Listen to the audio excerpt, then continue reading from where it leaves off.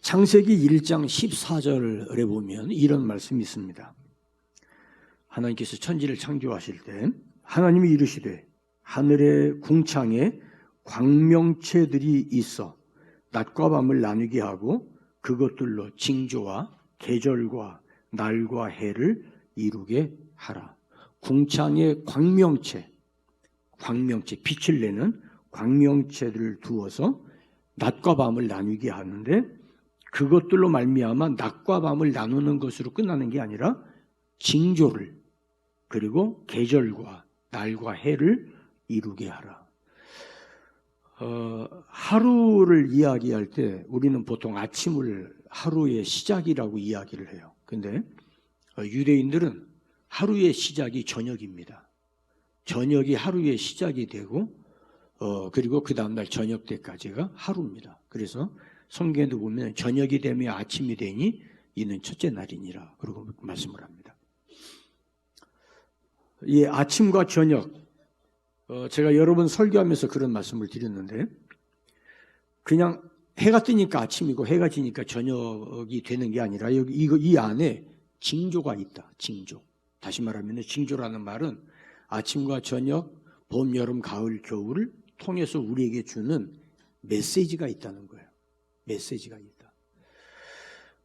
우리가 항상 24시간 밝은 아침이면 좋겠죠. 근데 그러면 못 살아요. 살 수가 없어요. 밤이 와야 돼요. 밤이 와야 쉴 수가 있어요. 우리가 매일마다 밤을 맞이하는데 매일마다 밤을 맞으면서 고민하는 사람은 없어요. 오늘 해 졌네. 저 해 내일 안 뜨면 어떡하지? 이대로 어둡고 캄캄한 채로 평생 가면 어떡하지? 혹시 고민하세요? 안 하죠. 그죠? 물어보니까 이상하게 나를 쳐다보시는데 그거 고민하는 사람 아무도 없어요. 그냥 해가 넘어가면 집 밖에 있던 사람들이 집으로 돌아오고 가족들이 모여서 함께 잠을 자고 그리고 아침에 다시 직장으로 가요. 그런데 인생의 밤을 맞이하면 그렇게 못 견뎌해요.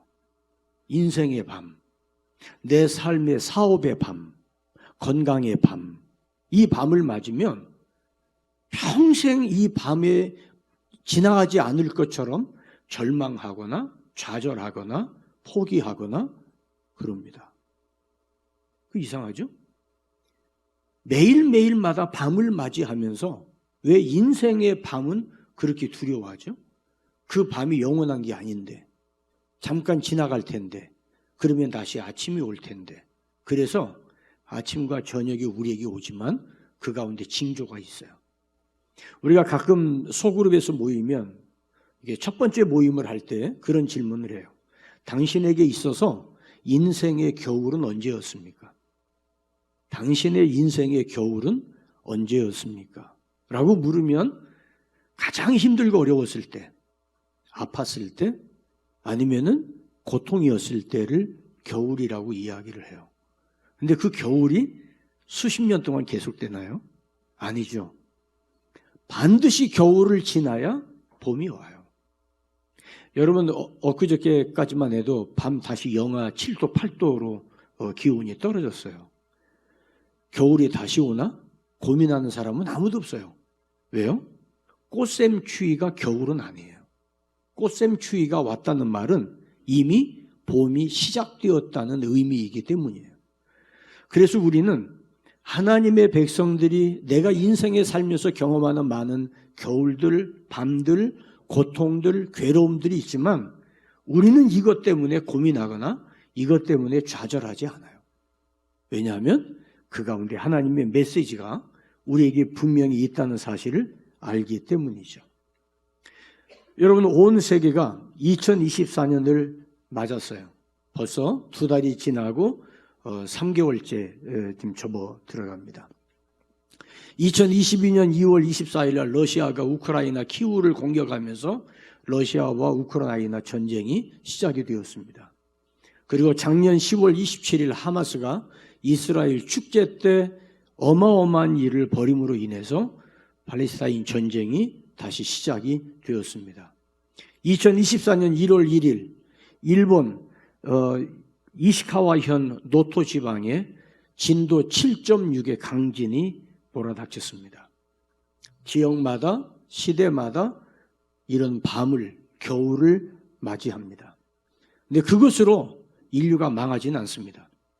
인간의 힘으로 통제되어지지 않는 상황들이 우리에게 주어질 때 우리는 이것을 어떻게 읽을 것이냐고 하는 것은 각자의 몫이에요. 이것을 어떻게 해석하고 어떻게 받아들이냐는 거죠. 이 안에 하나님의 숨겨진 교훈이 있다면 그것은 징조가 될 겁니다. 그러나 단순히 자연 현상으로 받아들인다면 거기에는 아무런 감흥이 일어나지 않습니다. 개개인에게 해석을 맡길 것인가? 아니면 교회가 성경을 통해서 어떻게 해석할 것인가 하는 것은 어쩌면 교회에 주어진 임무이기도 합니다. 우리가 지난 3년 동안 코로나 팬데믹으로 인해서 전 세계가 3년 동안 몸살을 앓았어요. 이 기간 동안에 생명을 잃은 분들도 계십니다. 또 여러분 가운데 이 팬데믹 맞이하면서 한 번도 코로나 걸려보지 않으신 분들이 아마 계실 거예요. 불행입니다. 이럴 때 경험하지 않으면 언제 해보겠어요? 저도 경험해 봤어요. 그런데 경험해 보니까 고통스럽긴 하지만 목숨만 잃지 않는다면 해볼만 하더라고요. 물론 그것 때문에 목숨 잃은 사람들이 다 불행하냐 하면 예수 믿고 세상을 떠난 분들은 우리보다 먼저 천국에 갔겠죠. 그런데 전 세계가 코로나 팬데믹에 전전긍긍하고 두려워하고 그래서 평생 죽을 때까지 함께 살자던 부부가 한 사람이 코로나 걸리면 각방 쓰고 거실에도 못 나오게 하고 밥 갖다 문 앞에다 두고 똑똑하면 가서 먹고 다시 빈 그릇 내놓고 이거 못할 짓이더라고요. 근데 저는 감사하게 저와 아내와 딸이 동시에 같이 걸렸어요. 그래서 함께 지내는 게 이것도 복이더라고요. 모든 사람들이 이 코로나 팬데믹 때문에 긴장하고 심지어는 교회도 못 나오고 마스크로 입을 가리고 눈만 빼꼼하게 뜨고 어딜 스쳐만 지나가도 저 사람은 코로나 걸린 사람 아니야? 의심하게 되어지고 정말 지옥 같은 3년을 보냈어요. 전 세계가. 근데 이 기간 동안이 과연 이게 무엇을 의미할까? 참새 한 마리가 땅에 떨어져도 하나님이 허락하지 않으면 안 된다고 했는데 어떻게 전 세계가 이런 팬데믹 때문에 고통을 겪어야 되는지, 이게 성경에 여기에 대한 해답은 어디가 있는지 그러다가 우리가 찾은 것은 노아 시대의 홍수였어요. 이 홍수는 전 세계를 뒤엎었던 하나님의 심판이었던 거죠. 그런데 그 가운데 모든 사람들이 홍수로 죽었지만 살아남았던 한 가족이 있어요. 노아입니다. 그렇다면 만약에 이 팬데믹을 통해서 우리가 하나님의 징조를 읽어본다면 하나님은 우리에게 무엇을 말씀하실까? 코로나 팬데믹으로 인해서 전 세계가 전전긍긍할 때 교회를 향해서 교회는 방주여야 한다. 교회는 생명을 보존하는 곳이어야 된다. 우리의 가정은 팬데믹 속에서도 살아남을 수 있도록 어떤 어려움과 고통이 와도 우리가 함께 보호받을 수 있는 우리의 가정은 방주해야 된다. 그게 바로 테바입니다. 그래서 테바 프로젝트를 통해서 우리 교회가 2주 동안에 걸쳐 테바는 무엇인가, 테바는 어떻게 하는 것인가, 방주를 어떻게 만들고 그 의미는 무엇인가를 찾다가 실천적 경건의 해답을 얻었어요. 그래서 우리는 앞으로 만약에 이런 일이 또다시 우리에게 주어진다면 그 전에 대비하기 위해서 우리는 테바의 신앙을 가지고 실천적 경건을 실천해 가는 성도의 삶을 살아야 되겠고 우리의 가정의 경건이 교회가 테바를 이루어야 되겠다고 하는 하나님의 징조로 우리는 해석하고 받아들였습니다. 자, 오늘 제가 제목이 하나님의 봄이 다가오고 있다. 이 봄을 어떻게 준비할 것인가 하는 말씀을 드리려고 그래요. 아가서 2장 10절로 14절에 보면 겨울도 지나고 비도 그쳤고 들에는 꽃이 피기 시작했는데 그런데 푸른 무화과 나무에 열매가 익어가고 있고 포도나무에 꽃이 피어서 향기를 토하는구나. 새들의 노래소리가 들리고 반구 비둘기 소리가 우리 귀에 들리는구나. 봄입니다. 하나님의 봄입니다. 그때에 말합니다. 나의 사랑, 나의 어여쁜 자야. 일어나서 함께 가자. 봄을 맞으러 가자. 일어나서 함께 가자. 누구에게? 나의 사랑, 나의 어여쁜 자야. 바위 틈 낭떠러지 은밀한 곳에 숨은 나의 비둘기야. 나로 내 얼굴을 보게 해라. 네 얼굴이 보고 싶어. 네 목소리가 듣고 싶어. 우리 함께 봄 맞으러 가자. 사랑하는 여러분, 하나님의 봄이 우리에게 다가오고 있어요. 꽃이 피고 훈풍이 불고 메말랐던 대지에 푸른 잎이 돋아나기 시작하고 여기저기서 꽃이 피는 소식을 우리가 듣게 될 것이고 그 꽃을 찾아 우리의 마음이 달려가게 될 거예요. 보문산을 가보니까 벌써 봄이 왔더라고요. 산새들이 얼마나 경쾌하게 나뭇가지에서 나뭇가지로 뛰어다니며 놀며 노래를 부르는지 그저 우리 듣는 마음이 가벼워져요. 이미 벌써 오래전에 봄은 보문산을 덮었어요. 우리의 마음에서 이미 겨울의 두꺼운 옷은 벗어졌겠습니다. 하나님께서 우리에게 2024년 갑절의 축복, 성령이 하시는 역사에 성령의 영감에 갑절이나 내게 있기를 원한다는 말씀의 주제를 가지고 강단에서 시간 말씀이 선포되었고 우리는 그 말씀을 붙들고 하나님의 축복의 봄날이 오기를 준비하며 기다리고 있습니다. 사랑하는 교우 여러분, 하나님의 봄을 맞이하기 위해서 우리는 무엇을 준비할 것입니까? 4가지만 말씀드릴 텐데 첫 번째로 하나님의 봄을 준비하기 위해서 겨우내 쌓아두었던 장애물을 제거해야 합니다. 14절에 도두어 길을 수축하여 내 백성의 길에서 거치는 것을 제하여 버리라고 말합니다. 현대인의 성경에는 장애물을 제거하고 도로를 닦아 내 백성이 돌아갈 길을 준비하라고 말씀합니다. 장애물이 우리 앞을 가로막고 있습니다. 장애물을 장애물로 알았다면 제거했을 텐데 장애물을 장애물로 모르면 불행입니다. 왜 장애물을 장애물로 인식하지 못할까요? 이유는 익숙해서 습관처럼 되어 있기 때문에 그게 장애물이라는 것을 몰라요. 오래전 일입니다. 한 청년하고 이렇게 대화를 하게 되어집니다. 그런데 이 청년은 교회에서 함께 가깝게 지내던 청년들하고 일정 기간만 지나면은 틀어져요. 상처를 받아요. 그러기를 벌써 몇 번째 반복을 해서 제가 불렀습니다.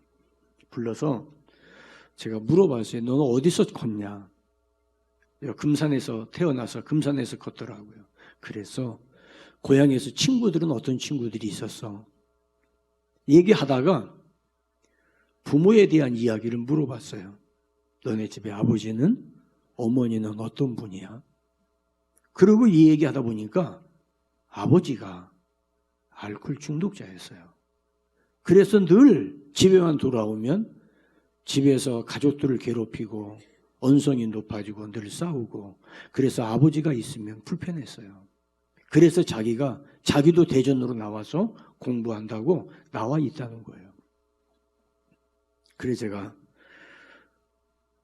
물어봤어요. 그럼 너는 하나님께 기도할 때 하나님을 어떻게 부르니? 그랬더니 그냥 하나님이라고 부른대요. 하나님 아버지라고 불러본 적이 있어? 그랬더니 없대요. 그러면서 울기 시작하더라고요. 하나님을 아버지라고 부르는 순간 자기를 낳아준 아버지가 생각이 나는 거예요. 싫어요, 그게. 그래서 제가 그 아이에게 그랬어요. 너 그래서 가깝게 사귀던 친구들로부터 상처를 받는구나. 근데 뭐 눈물 콧물 쏟아면서 펑펑 울어요. 나중에 이 아이가 신학교를 간다고 가서 아마 지금 어디선가 지금 목회를 하고 있을 거라고 봐져요. 사랑하는 여러분, 내 안에 있는 내 몸에 익숙하게 자연스럽게 몸에 배어있는 나의 습관을 나는 불편하지 않아요. 가족들조차도 불편하지 않아요. 왜? 그렇게 살아왔으니까. 그런데 만약에 그것이 잘못된 습관이 되었다면 그것 때문에 하나님의 봄이 내게 오는 길을 가로막는 장애물이 될 수 있다는 것을 염두에 두시기를 바랍니다. 뭔가 잘 되려고 하다가 뒤틀어지고, 뭔가 가능성을 가지고 가다가 비틀거리고, 뭔가 어느 시점에 가서 자꾸 내가 주춤거리게 되어진다면 한 번쯤은 자신을 돌아볼 필요가 있어요. 내가 죄로 느끼지 못하는 나에게 잘못된 습관, 언어의 습관, 생각의 습관, 내 몸에 배어있는 삶의 태도, 굳이 그것이 악을 동반하는 죄는 아니라 할지라도 그것이 나의 발목을 잡을 수 있고 그것이 내 인생의 장애물이 될 수 있다면 하나님은 우리에게 말씀하세요. 거치게 하는 것을 치워라. 지난날을 돌아보시기 바랍니다. 하나님의 꿈이 펼쳐지는 에덴 동산에 영원히 살아야 될 그곳에서 쫓겨난 채로 전전긍긍하던 우리의 삶이 신락원이 되었다면 우리는 다시 하나님의 봄이 있는 복락원으로 회복되어져야 할 겁니다. 내가 지난날의 실수와 나도 모르게 행했던 습관 때문에 얼마나 많은 것을 잃었던 적은 없나요? 아가는 마음 깊은 곳에 탐욕의 노예가 되어 있었어요. 그래서 아가는 탐욕의 길로 걸어가다가 가나안에서 돌에 맞아 죽었어요. 가나안 땅에 들어가서 죽었어요. 그게 너무 안타까운 거예요. 40년 동안 광야 생활하다가 요단강을 건너 가나안에 들어가 여리고 성을 공격하고 난 뒤에, 여리고 성의 승리를 맛보고 난 뒤에 그만 돌에 맞아 죽습니다. 왜요? 해결하지 못한 탐욕 때문에. 시편 1편은 복 있는 사람으로 시작을 합니다. 근데 시편 1편에 복 있는 사람은 악인의 꾀를 쫓지 아니하고 죄인의 길에 서지 아니하고 오만한 자의 자리에 앉지도 않는다고 말씀하고 있어요. 내가 주변에 앉아있는 자리가 어떤 자리인지, 내가 지금 늘 오고 가고 다니는 그 길이 어떤 길인지, 늘 내가 산뜻하게 여기고 매력을 갖는 아이디어들이 무엇인지 한번 점검해 볼 수 있기를 바랍니다. 이제 갑절의 축복을 향해 나아가는 3월 첫 주를 맞이해서 우리는 하나님의 봄을 기다리는 우리의 신앙 속에 잘못된 습관, 익숙해진 방자한 태도, 그리고 죄를 멀리해야 되는, 그럼에도 불구하고 늘 가깝게 느껴지는 매력, 이런 것들이 나에게 장애물이 되지 않는지. 또 하나의 장애물은 익숙해진 나의 삶이고, 또 하나의 장애물은 마음의 깊은 상처입니다. 18절에 하나님이 우리의 과거의 상처를 고쳐주실 것이라고 말씀합니다. 마음의 상처, 과거로부터 오는 겁니다. 과거에 얽매인 사람은 결코 앞으로 나아가지 못합니다. 상처 때문에. 이 상처에 묶여서 우리는 도전하지 못하고 또 똑같은 일을 당할까 봐 머뭇거리다가 기회를 놓치기 십상입니다. 실패한 기억 속을 여행하기보다 창조적 새로운 세계를 향해 나아가는 봄날이 되기를 주님의 이름으로 축복합니다. 과거로부터 자유함을 얻기 위해서, 상처로부터 치유받기 위해서 우리에게 필요한 것 단 하나, 예수 그리스도의 십자가입니다. 예수님의 십자가에서 채찍에 맞으시고 못 박히신 그것을 통해서 우리의 아픔과 상처를 치유하신다고 이사야 53장에 말씀하고 있습니다. 이제 몇 주 후면 고난주일을 맞이하고 그리고 부활주일을 맞이하게 됩니다. 예수님의 십자가의 고난을 향해 뚜벅뚜벅 나아가는 저와 여러분이 주님의 십자가 앞에서 예수 그리스도의 구속의 은혜를 바라보며 내 마음에, 내 영혼에 깊은 아픔까지도 싸매어 주시고 어루만지시는 하나님의 그 사랑을 경험할 수 있기를 바라요. 제가 어떤 책에서 책을 읽다가 흥미있는 걸 발견했어요. 개를 한 마리를 묶어놓고 그 개에게 전기 충격을 가합니다. 그러면 걔가 자지러지게 놀랍니다. 그리고 심하면 막 물려고 달려들어요. 그러다가 도망가기도 하고. 그런데 하루에 한두 번씩 전기 충격을 가하고 또 전기 충격을 가하고 그러면 달려드는데 묶여 있으니까 달려들어 봐야 아무 소용없다는 걸 깨닫게 됩니다. 도망갈 수 없다는 걸 깨닫게 되어져요. 그러면 일정 기간이 지나고 나면 전기 충격을 가하면 움츠리고 깨갱거리는데 도망가지도 않고 달려들지도 않는 거예요. 이걸 가리켜서 습관화된 무력감이라고 그래요. 학습된 무기력이라는 말을 합니다. 학습된 무기력. 해봐야 아무 소용없어. 해봐야 나는 그 자리야. 해봐야 나는 이 문제가 해결이 안 돼. 사랑하는 여러분, 하나님은 우리에게 말씀하세요. 죽어서 무덤에 갇혀있던 나사로까지도 우리 주님은 돌을 옮기라고 그러고 나사로를 불러냅니다. 나오라고 그럽니다. 그 속에 움츠리고 있지 말라고. 너 혼자 거기 있지 말라고. 너 혼자 어둠 속에 있지 말라고. 거기 있으면 네 몸은 썩어가고 냄새가 나고 다른 사람에게 절망과 좌절을 줄 뿐이야. 근데 예수님은 그의 이름을 부릅니다. 나사로야, 나오라. 혼자 있는 나사로를 위해서 주님께서 나사로야, 나오라. 그 말을 들은 나사로가, 죽은 사람이 예수 그리스도의 그 음성을 통해서 죽은 자를 살리고 나사로는 무덤에서 나옵니다. 사랑하는 여러분, 상처에 갇혀 있지 마세요. 주님께서 우리를 치료하십니다. 주님께서 우리의 상처를 싸매어 주십니다. 내 상처를 싸매어 주시는 하나님의 봄날이 여러분 앞에, 우리 앞에 다가오고 있어요. 그래서 두 번째, 하나님의 봄을 준비하기 위해서 하나님의 은혜만을 따르라는 겁니다. 봄은 하나님의 은혜로 주어지는 거예요. 내가 무엇을 해서 주어지는 게 아닙니다. 여러분, 우리가 노력해서 겨울이 지나고 봄이 오는 것 아니잖아요. 우리가 금식해서 봄이 오나요? 우리가 밤을 새고 기도해서 봄이 오나요? 아닙니다. 때가 되면 하나님이 우리에게 봄을 주십니다. 봄은 하나님의 은혜입니다. 하나님의 은혜로 허락하시는 것이 봄입니다. 이 봄을 준비하기를 바랍니다. 우리 마음속에 움츠리지 말고 겨울 내내 움츠렸던 내 안에 두꺼운 겨울옷을 벗어던지고 하나님의 은혜로 주시는 그 내 인생의 봄날, 내 영혼의 봄날을, 우리 교회의 봄날을, 축복의 봄날을 주여 내가 기다립니다. 하나님의 은혜만을 바라봅니다. 주여 나를 도와주시옵소서. 그게 은혜입니다. 하나님의 은혜가 하나님의 봄날을 우리에게 주세요. 1640년 영국에서 떠나서 미국으로 건너간 사람이 있어요. 보스턴에 도착을 했습니다. 그는 도착하자마자 학교를 세웁니다. 그가 가진 돈 기껏 해봐야 118만 원, 영국 돈으로 700파운드입니다. 많은 돈 아닙니다.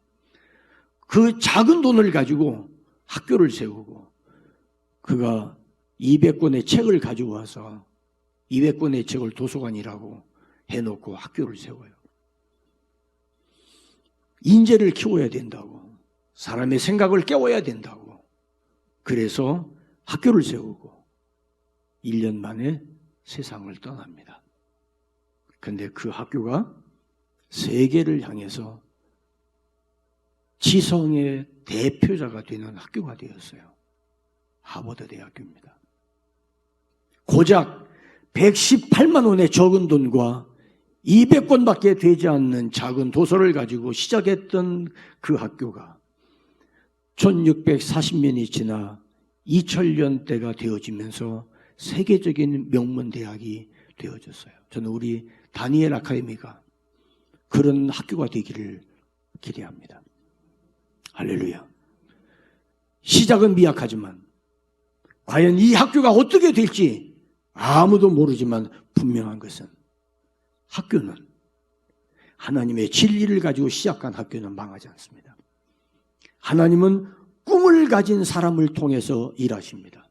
하나님의 봄을 꿈꾸는 사람을 통해서 하나님은 비전을 주시고 그에게 리더로 세우시고 하나님의 봄을 꿈꾸는 사람을 통해서 새 시대를 열어갑니다. 새해 여러분들의 목표가 무엇입니까? 갑절의 축복을 여러분들이 받는다면 무엇을 하시겠습니까? 무엇을 위해서 나에게 갑절의 축복이 필요합니까? 2024년 하나님의 봄을 향해서 여러분들은 어떤 꿈을 가지십니까? 꿈이 있는 사람은 과거에 매이지 않습니다. 꿈이 있는 사람은 내일을 바라봅니다. 꿈이 있는 사람은 불굴의 의지를 창출합니다. 오늘 목사님 칼럼에서 기백을 이야기합니다. 이 기백이라고 하는 것은 나를 살리는 것이 아니라 앞을 향해 나아가고자 하는 내 앞에 주어지는 고난과 역경을 맞닥뜨려 싸워서 나아가고 쟁취하고 목표물을 탈취하기 위한 힘이요 열정이요 의지입니다. 하나님의 봄을 기다리는 사람이라면 이 기백을 가지고 나아가며 하나님의 거룩한 은혜로 이 봄을 준비하게 되어질 것입니다. 은혜입니다. 하나님의 은혜가 우리에게 꿈을 줍니다.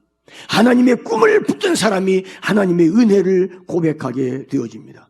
꿈이 있는 사람은 새로운 결단을 주저하지 않습니다. 아무리 힘들고 어려운 도전이 있다 하더라도 그것을 피해가지 않습니다. 꿈이 있는 사람은 그 꿈을 이루기 위해서 혹독한 겨울을 맞이한다 하더라도 그 일을 접지 않습니다. 결코 쉬운 길을 탐하려고 기웃거리지 않습니다. 어려워도 꿈이 있다면, 여기 하나님의 봄이 있다면 뚫고 나갑니다. 내일의 아침이 있기 때문에 밤을 편하게 보낼 수 있는 것처럼 화려한 봄날이 있기 때문에 추운 겨울이 아무리 길어도 기다릴 수 있는 것처럼 하나님의 봄날이 저와 여러분 앞에 펼쳐지기 시작했습니다. 믿습니까? 그 말씀 붙들고 우리는 하나님의 봄을 준비하는 은혜로 충만하기를 주의 이름으로 축원합니다. 내 안에 하나님의 은혜가 씌워지면 모든 건 다 절망이고 좌절입니다. 일어났다가 다시 주저앉습니다. 그러나 은혜가 우리를 강하게 합니다. 하나님의 은혜가 우리를 꿈을 꾸게 합니다. 하나님의 은혜가 우리를 다시 추스르게 합니다. 하나님의 은혜가 7번 넘어졌더라도 8번 다시 일어나게 합니다. 주저하지 마십시오. 다시 말하면 하나님의 은혜는 관점을 바꾸게 합니다. 나의 관점을 하나님의 관점으로 바꾼다는 말입니다. 거기에 하나님의 봄이 꽃피워지는 위대한 역사가 있습니다. 자신을 위한 관점에서 예수 그리스도의 관점으로 업그레이드 시키는 은혜가 있기를 주님의 이름으로 축원합니다. 자기 유익의 관점에서 교회 유익의 관점으로 혁신적 변화가 내 의지가 아닌 하나님의 은혜로 충만하게 채워질 때 우리 안에 희생과 헌신이 기쁨이 되고 감사가 됩니다. 교회 사랑의 관점에서 멀리 떠나 있다면 타락한 겁니다. 교회 사랑하는 마음이 약해지거나 식어졌다면 하나님의 봄에서 멀어진 겁니다. 예루살렘을 사랑하는 사람에게 하나님은 주목하시고 형통케 하신다고 약속하십니다. 마음의 초점이 교회를 향하여 있는 것은 건강한 것입니다. 진짜 성령으로 충만하면 하나님의 은혜로 뜨거워지면 누가 이야기하지 않아도 교회를 사랑할 마음이 생깁니다. 하나님을 기쁘시게 할 목표를 가졌다면 하나님을 기쁘시게 하기 위해서 교회를 사랑하십시오. 교회를 사랑하다가 망한 사람은 없습니다.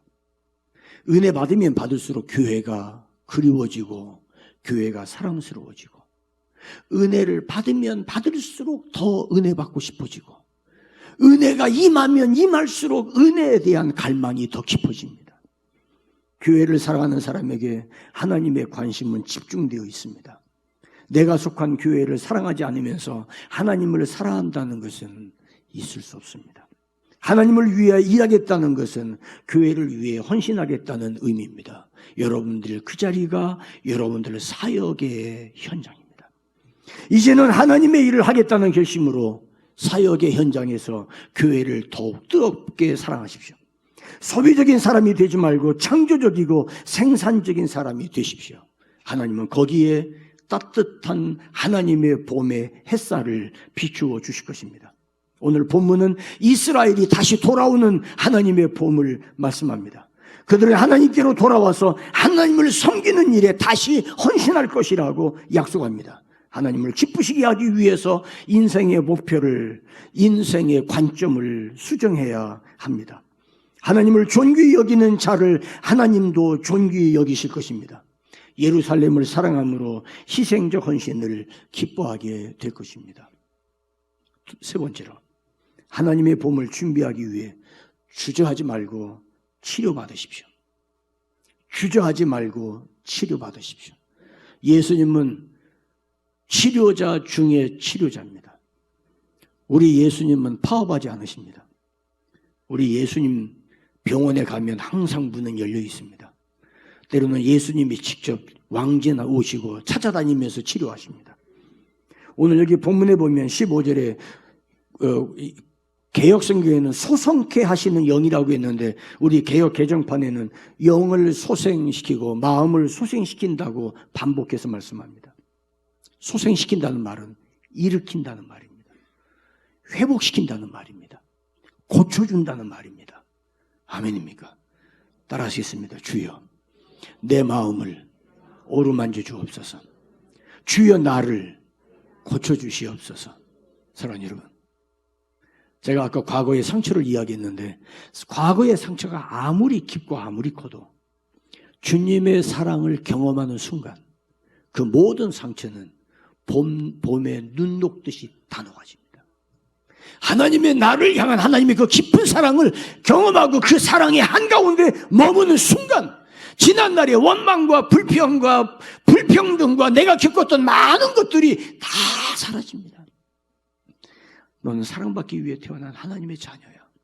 이 한마디만 들어도 가슴이 울렁이고 눈물이 고이고 쓰러졌다가 다시 일어나고 포기했다가 다시 시작하고 지금의 겨울을 그대로 두면 아무 일도 일어나지 않습니다.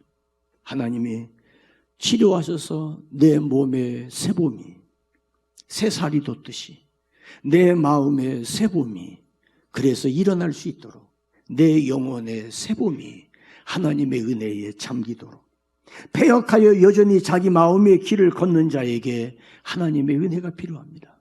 내가 아무리 욕심내도 안 된다는 것을 깨닫는 순간 그 순간은 하나님의 은혜가 내게 이미 임했다는 이야기예요.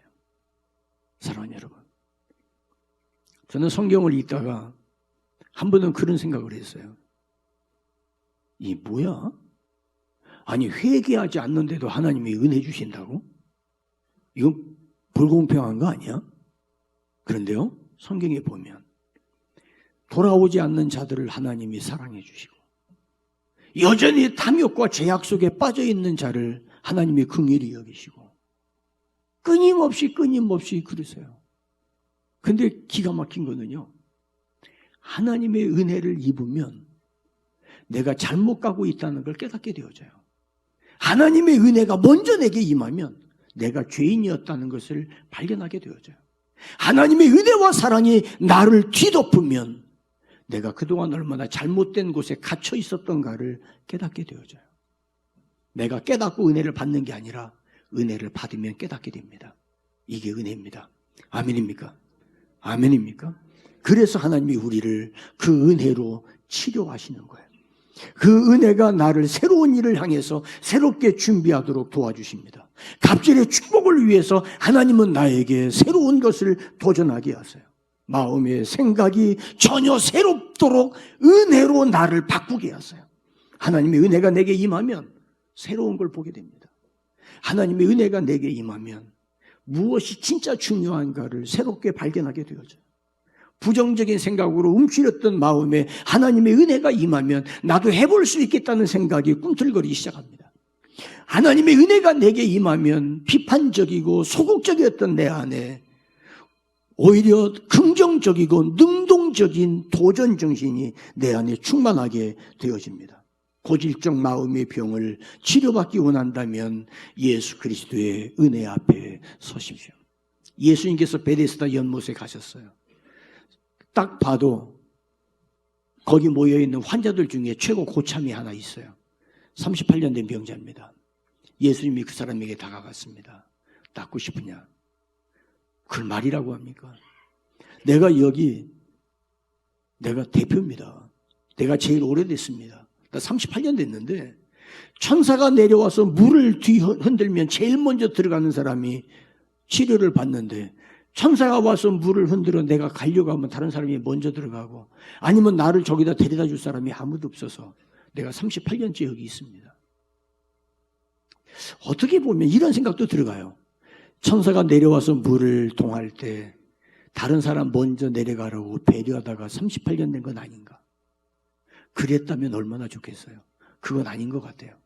다른 사람 원망하는 거 보니까. 그런데 예수님 그 사람에게 말합니다. 일어나서 내 자리를 들고 집으로 가. 그 순간 치유되었어요. 고쳐졌어요. 무엇을 의미합니까? 다른 사람 때문에, 누구 때문에 나는 도움받지 못해서 베데스다 정신이 나를 38년 동안 거기 묶어놓았어요. 네, 하나님의 은혜가 나를 찾아오셔서 그 자리를 걷어치우고 돌아가게 하신 그 은혜. 성령께서 내 마음을 만져주시고 능력의 이름 그 예수, 놀라우신 그 이름이 나를 어루만질 때 할렐루야, 하나님의 봄은 활짝 피어나고 그 햇살이 그늘 속에 갇혀있던 내 영혼에 따뜻하게 비추어지는 이 은혜가 있기를 주님의 이름으로 축원합니다. 하나님의 봄을 준비하십시오. 겸손한 자의 영을 새롭게 하신다고 말씀했어요. 잘못을 통회하는 진실한 사람을 새롭게 한다고 그랬어요. 어떻게 그렇게 할 수 있어요? 은혜가 먼저 와야 내가 그 일을 할 수 있는 겁니다. 마지막 네 번째, 믿음의 말을 하십시오. 이건 한번 따라 하십시다. 믿음의 말을 하자. 한 번 더 믿음의 말을 하자. 19절에 입술의 열매를 지으시는 하나님. 입술의 열매를 지으시는 하나님. 두 가지 의미가 있어요. 하나는 하나님은 말씀하시면 반드시 된다. 하나님께서 말씀하시면 반드시 이루어진다. 두 번째로 이 말을 믿고 믿음의 고백을 하는 사람은 내 말한 대로 되리라. 내 말한 대로 내가 시행하리라. 그렇게 되는 거예요. 내가 내 힘으로 사는 것이 아니라 은혜 아니면 살아갈 수 없습니다. 사랑하는 여러분, 인간은요 가만히 내버려 두면 좋은 사람 없어요. 가만히 내버려 두면 부정적이고 비판적이고 공격적이고 소극적이고 그래요. 우리 안에. 그래서 누가 무슨 말 하면 괜히 나하고 상관없는데 꼬집어요. 그리고 비난해요. 아마 그럴걸? 그 뒤에 이런 일이 있을걸? 남의 이야기 참 많이 합니다. 그런데 하나님의 보험을 준비하는 사람은 이제는 언어부터 바꿔야 돼요. 믿음의 말을 할 수 있기를 주님의 이름으로 축원합니다. 왜요? 하나님이 하시니까. 하나님의 봄이니까 긍정적이고 창조의 말로 바꿔야 합니다. 물론 자연스럽게 되지는 않아요. 여러분 TV에 요즘 스타 강사 김창욱 교수, 저는 그분 볼 때마다 참 촌스럽게 생겼는데 말하는 것도 참 촌스러운데 듣고 있으면 속이 시원해요. 내가 은혜를 받아요. 알고 보니까 독실한 크리스찬이에요. 보니까 자기 어머니를 거기 방청석에다 앉혀놓고 강의를 하더라고요. 그러더니 누님 둘을 갖다 앉혀놨어요. 그리고 누나가 뭐라고 하려고 하니까 목사님 사모님이 그런 말 하면 되냐고. 나 그때 처음 알았어요. 그 누나가 목사님 사모님이라는 거를. 그런데요, 참 제가 감동적인 이야기를 들었어요. 어떤 사람이 이런 질문을 해요. 교수님, 우리 가정에 어떤 사건이 있어가지고 가족들 간에 서로 불편합니다. 좀 자연스럽게 옛날처럼 됐으면 좋겠는데 어떻게 하면 됩니까? 그랬더니 그 김창욱 교수가 한마디로 딱 자르더라고요. 자연스러운 건 없습니다. 가족이든 어디든 직장이든 어느 공동체든 자연스럽게 좋은 환경 되는 데는 없습니다. 하기 싫어도 억지로 일부러라도 해야 됩니다. 그러면 바뀝니다. 제가 누구라고는 이야기하지 않겠어요. 내 얘기하면 다 알 것 같아서. 내일이 이제 학교 개학한다고 좋겠다 그랬더니 나는 학교 싫어 그래. 무슨 소리야? 학교가 얼마나 좋은데 왜 뭐가 싫은 거야? 나는 영어가 싫어. 너 이인영 선생님 좋아하잖아. 좋아하는데 영어는 싫어. 왜? 매일마다 외우라는 단어가 왜 그렇게 많은 거야? 왜 외워야 되는 거야? 난 싫어. 그래요? 제가 누구라고는 우리 가족 안에서는 안 하기로 했어요. 여러분, 싫죠. 자연스러운 게 어디가 있어요. 자연스럽다면 모국어입니다. 외국어는 자연스럽지 않아요. 환경도 자연스럽지 않아요. 그런데 해야 돼요. 억지로라도 해야 돼요. 그러다 보면 자연스럽게 되는 날이 반드시 와요. 원수를 사랑해라. 왜 사랑해? 죽여도 괜찮은데. 그래도 억지로라도 하는 척이라도 해야 돼요. 가깝게 다가서야 돼요. 손을 먼저 내밀어 봐야 돼요. 칭찬하기 싫어도 칭찬해 봐야 돼요. 감사하는 마음도 말뿐이 아니라 감사의 선물도 해 봐야 돼요. 여러분, 왜요? 나 그냥 나 편한 대로 살래. 편한 대로 살 수 있어요. 충분히 그래도 누가 뭐라는 사람은 없어요. 여러분, 김영란법 금액 정해져 있잖아요. 여러분들 부모님한테 선물할 때 김영란법 생각하고 선물합니까? 거기는 안 하잖아. 그건 안 해. 사랑하는 여러분, 감사는요, 김영란법이 아니에요. 은혜의 법이에요. 그래서 우리가 우리 주변에 감사할 마음이 없어도 감사합니다, 감사합니다, 감사합니다. 여러분, 이거를 억지로라도 하다 보면 자연스러워져요. 하다 보면 거기가 천국의 언어가 되어져요. 하다 보면 그 안에 부드러워져요. 자연스러워진다 이 말입니다. 여러분, 여기 입술의 열매, 입술의 열매라는 말은 찬양과 감사입니다. 찬송이 안 나와요. 억지라도 불러야 돼요. 억지라도. 어느 교회는 보니까 찬송가 1장부터 마지막 장까지 한 번 다 불러본 사람에게 상을 주더라고요. 1년 동안에. 여러분, 이게 돼요? 모르는 찬송가가 80%인데 이거 저도 여기 모르는 찬송가가 이게 새로 바뀌어가지고요. 그냥 이거 안 쳐다봐요, 이거. 이 찬송가. 근데 어떤 교회는 하더라고요. 왜냐하면 이게 음원이 있으니까 음원 들어가서 들으면 다 들을 수 있더라고요. 알든 모르든 1장부터 마지막 장까지 들어보는 거예요, 찬송을.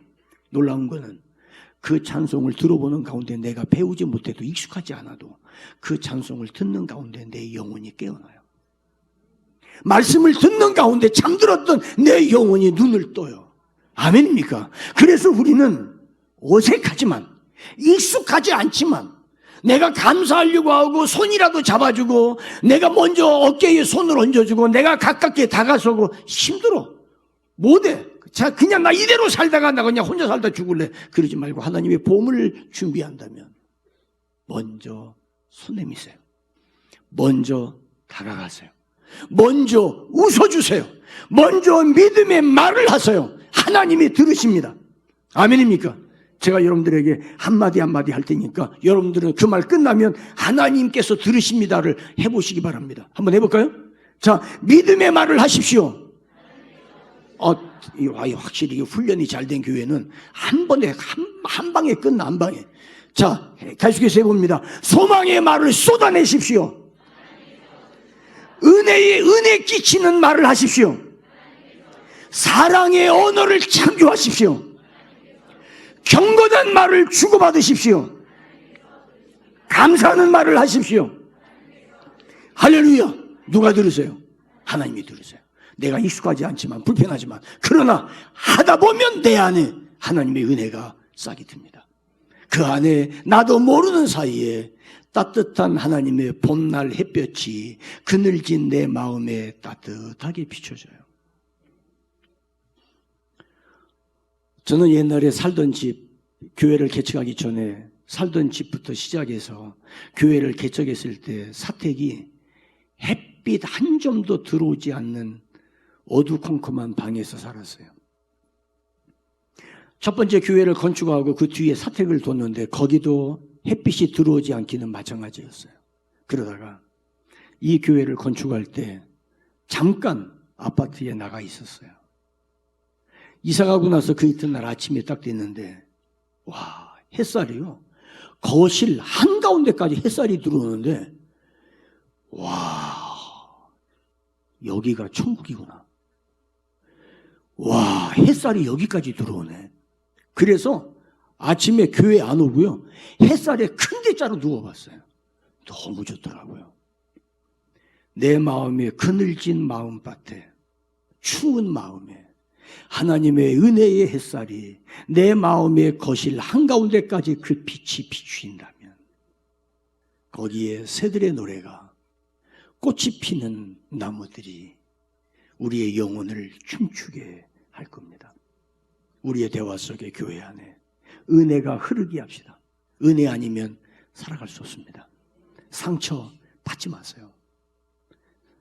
그 말이 상처됐어. 상처는 내가 받는 거예요. 내가 안 받으면 돼요. 그냥 그러려니 하고 그냥 지나치면 됩니다. 괜히 그 한마디 한마디 꼬집고요 그러면은요, 쳐다보는 것도 따가운 가시가 돼요. 그냥 아유, 저 사람 원래 뭐 그럴 수도 있지 뭐. 그냥 괜찮아. 그럴 수도 있어. 그러고 지나가면 상처받을 일이 없어요. 상처받을 일이 없어요. 저는 웬만하면 저는 제 마음에 이게 그 무거운 거를 일부러 안 가지려고 그래요. 일부러 지나치고. 어디 좀 아프면 약 먹으면 되지. 먹어서 안 되면 홍장로님 찾아가면 되지. 그거 뭐 아플 수도 있지. 생각하면 이게 왜 오른쪽 아랫배가 콕콕 쑤시지? 혹시 암? 그러면 암 걸려요. 괜히 신경 쓰면요 아무것도 아닌 것 가지고 머리가 지끈지끈. 이거 혹시 이게 무슨 혈맹류? 이거 터지면 한순간에 가는 거 아니야? 여러분 못 살아요. 그냥 아유 뭐 그럴 수도 있지 뭐. 정 아니면 그냥 병원에 가서 진찰 받으면 되고 치료하면 되고. 너무 마음에 조바심 내지 마세요. 우리는 다 그런 사람들이에요. 그러니까 편하게. 자, 옆 사람 보고 인사합니다. Everybody okay. 다시 한번 웃으면서 Everybody okay. 할렐루야. 우리 교회에 갑절의 축복을 꿈꾸는 하나님의 봄날이 우리에게 옵니다. 이 은혜가 함께하기를 주님의 이름으로 축원합니다.